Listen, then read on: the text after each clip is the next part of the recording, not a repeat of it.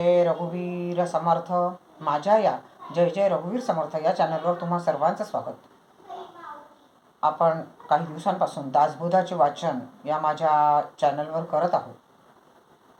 आता मला तुम्हाला एक समर्थांच्या आणि शिवाजी महाराजांच्या मध्ये कशा प्रकारचे संबंध होते याबद्दलची थोडीशी माहिती द्यायची आहे. या भागामध्ये मला शिवाजी महाराज आणि समर्थ यांच्यामध्ये कसे गुरु शिष्याचे संबंध होते आणि त्यांच्यामध्ये किती जिव्हाळा होता हे तुम्हाला त्यांच्या दोन जे प्रसंग घडले आहेत शिवाजी महाराज आणि समर्थ ते मी या भागात सांगणार आहे.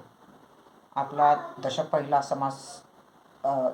आपला चालू आहे, परंतु या भागामध्ये मला तुम्हाला शिवाजी महाराजांचा आणि समर्थांच्या संबंधाविषयी त्यांच्या गुरु शिष्याच्या नात्याविषयी बोलायचं आहे.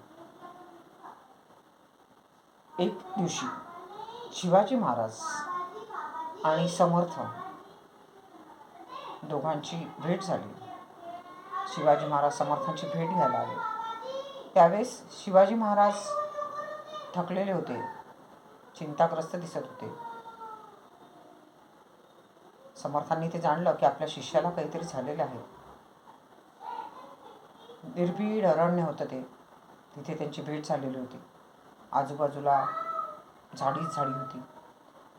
समर्थांनी शिवाजी महाराजांना विचारलं, तुम्हाला तहान लागली आहे का? तुम्ही चिंताग्रस्त दिसताय, तर पाणी प्यायचं आहे का? शिवाजी महाराज म्हणतात, हो मला तहान लागली आहे. परंतु आजूबाजूला कुठेही पाण्याचा स्रोत नव्हता. समर्थांनी आपल्या बाजूला असणारा दगड बाजूला केला आणि काय आश्चर्य, तिथे पाण्याचा झरा लागला.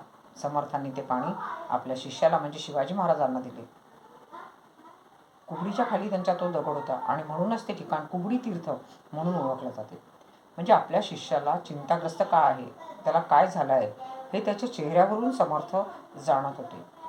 अशाच प्रकारची अजून एक दुसरी गोष्ट आहे की एक दिवशी शिवाजी महाराज गडावर गेले.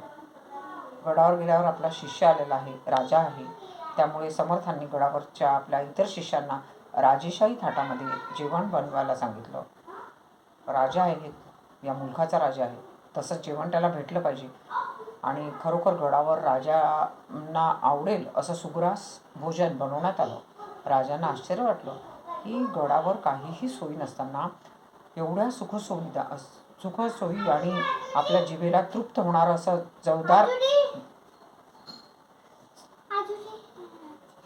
चवदार जेवण कसं काय आहे. तेव्हा समर्थ म्हणतात की तू तुकाराम महाराजांना विचार. समर्थ काही दिवसांनी देहूला गेले आणि तुकाराम महाराजांना तिथे गेले, तर तिथेही आश्चर्य, तुकाराम महाराजांकडे पण त्यांना अशाच प्रकारचं सुग्रास जेवण मिळालं. तेव्हा त्यांनी विचारलं की तुम्ही एवढी संत मंडळी आहात, संत महात्मे आहात, तुमच्याकडे जास्ती सोयीसुविधा नाही, तरी सुद्धा तुम्ही माझ्यासाठी इतकं सुंदर असं जेवण कसं काय बनवलं. त्यावेळेस तुकाराम महाराज म्हणतात की समर्थ हे आपले मारुतीचे अवतार आहेत आणि त्यांना सगळं जाणतात ते. आणि तशा मारुतीचे अवतार असल्यामुळे त्यांना जशा प्रकारे आपल्या शिष्याला सुखात ठेवता येईल, आनंदात ठेवता येईल, त्याकडे त्यांचा कटाक्ष असतो. आणि म्हणून अशा प्रकारचं आपला राजा सुखी व्हावा याच्याकरता ते सदैव झटत असतात. आणि अशा प्रकारचं गुरु आणि शिष्य यांच्यामधील नातं होतं.